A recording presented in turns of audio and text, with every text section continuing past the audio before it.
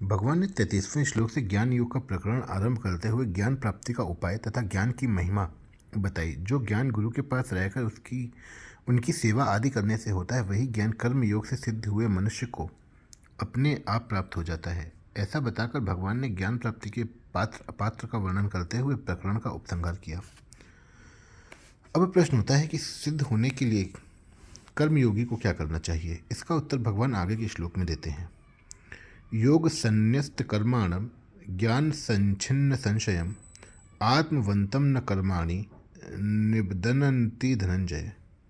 हे धनंजय, योग के द्वारा जिसका संपूर्ण कर्मों से संबंध विच्छेद हो गया है और वे ज्ञान के द्वारा जिसके संपूर्ण संशय का नाश हो गया है, ऐसे स्वरूप परायण मनुष्य को कर्म नहीं बांधते। शरीर, इंद्रियां, मन, बुद्धि आदि जो वस्तुएं हमें मिली हैं और हमारी दिखती हैं, वे सब दूसरों की सेवा के लिए ही हैं, अपना अधिकार जमाने के लिए नहीं। इस दृष्टि से जब उन वस्तुओं को दूसरे की सेवा में उनका ही मानकर लगा दिया जाता है, तब कर्मों और वस्तुओं का प्रवाह संसार की ओर ही हो जाता है और अपने में स्वतः सिद्ध समता का अनुभव हो जाता है। इस प्रकार योग समता के द्वारा जिसने कर्मों से संबंध विच्छेद कर लिया है, वह पुरुष योग संन्यस्त कर्मा है। जब कर्मयोगी कर्म में अकर्म तथा अकर्म में कर्म देखता है, अर्थात कर्म करते हुए अथवा न करते हुए दोनों अवस्थाओं में नित्य निरंतर असंग रहता है, तब वही वास्तव में योग संन्यस्त कर्मा है।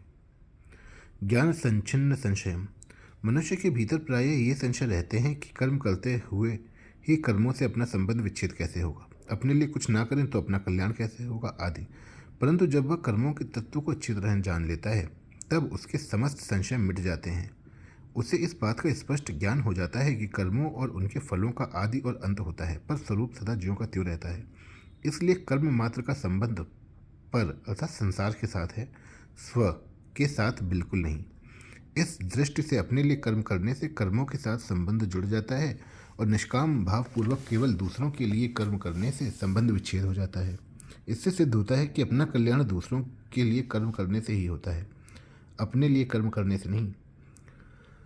आत्मवंतम, कर्मयोगी का उद्देश्य स्वरूप बोध को प्राप्त करने का होता है, इसलिए वह सदा स्वरूप के परायण रहता है। उसके संपूर्ण कर्म संसार के लिए ही होते हैं। सेवा तो स्वरूप से ही दूसरों के लिए होती है। खाना, पीना, सोना, बैठना आदि जीवन निर्वाह की संपूर्ण क्रियाएं भी दूसरों के लिए ही होती हैं, क्योंकि क्रिया मात्र का संबंध संसार के साथ है, स्वरूप के साथ नहीं। न कर्माणि निबधनन्ति, अपने लिए कोई भी कर्म न करने से कर्मयोगी का संपूर्ण कर्मों से संबंध विच्छेद हो जाता है, अर्थात वह सदा के लिए संसार बंधन से सर्वथा मुक्त हो जाता है। कर्म स्वरूप से बंधनकारक हैं ही नहीं। कर्मों में फलेच्छा, ममता, आसक्ति और कर्तृत्वाभिमान ही बांधने वाला है। पूर्व श्लोक में भगवान ने बताया कि ज्ञान के द्वारा संशय का नाश होता है और समता के द्वारा कर्मों से संबंध विच्छेद होता है।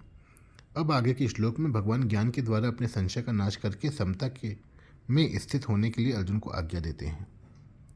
तस्मादज्ञान संभूतम ह्यस्थम ज्ञानासिनान्मनः चित्वैनं संशयम योगमातिष्ठोत्तिष्ठ भारत। इसलिए हे भरतवंशी अर्जुन, हृदय में स्थित इस अज्ञान से उत्पन्न अपने संशय का ज्ञान रूप तलवार से छेदन करके योग में स्थित हो जा और युद्ध के लिए खड़ा हो जा। व्याख्या।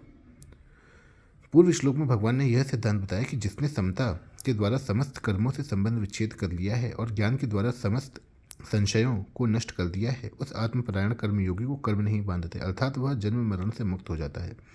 अब भगवान तस्मात् पद से अर्जुन को भी वैसा ही जानकर कर्तव्य कर्म करने की प्रेरणा देते हैं। अर्जुन के हृदय में संशय था, युद्ध रूप घोर कर्म से मेरा कल्याण कैसे होगा और कल्याण के लिए मैं कर्म योग का अनुष्ठान करूं अथवा ज्ञान योग का। इस श्लोक में भगवान इस संशय को दूर करने की प्रेरणा करते हैं, क्योंकि संशय रहते हुए कर्तव्य का पालन ठीक तरह नहीं होता। अज्ञान संभूतम पद का भाव है कि जब सब संशय अज्ञान से अर्थात कर्मों के और योग के तत्व को ठीक ठीक न समझने से ही उत्पन्न होते हैं।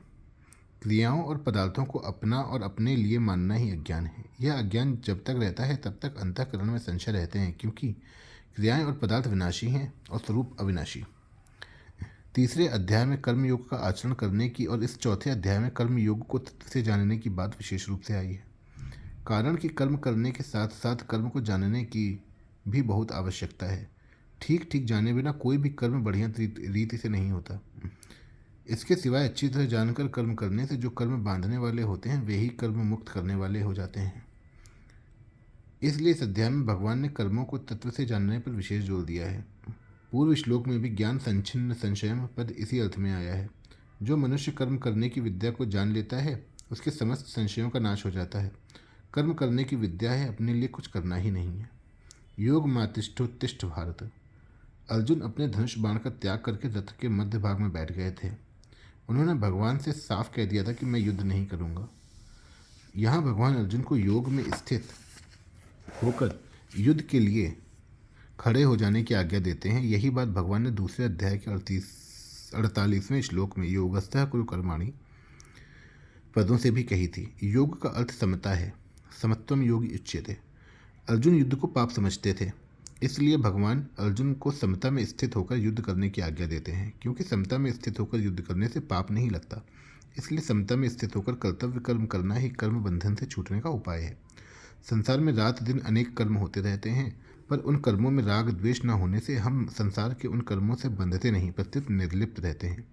जिन कर्मों में हमारा राग या द्वेष हो जाता है उन्हीं कर्मों से हम बंधते हैं, कारण कि राग या द्वेष से कर्मों के साथ अपना संबंध जुड़ जाता है। जब राग द्वेष नहीं रहते अर्थात समता आ जाती है, तब कर्मों के साथ अपना संबंध नहीं जुड़ता। अतः मनुष्य कर्म बंधन से मुक्त हो जाता है। अपने स्वरूप को देखें तो उसमें समता स्वतः सिद्ध है। विचार करें कि प्रत्येक कर्म का आरंभ होता है और समाप्ति होती है। उन कर्मों का फल भी आदि और अंत वाला होता है, परंतु स्वरूप निरंतर ज्यों का त्यों रहता है। कर्म और फल अनेक होते हैं, पर स्वरूप एक है। अतः कोई भी कर्म अपने लिए न करने से और किसी भी पदार्थ का अपने और अपने लिए न मानने से जब क्रिया पदार्थ रूप संसार से सर्वथा संबंध विच्छेद हो जाता है, तब स्वतः सिद्ध समता का अपने आप अनुभव हो जाता है।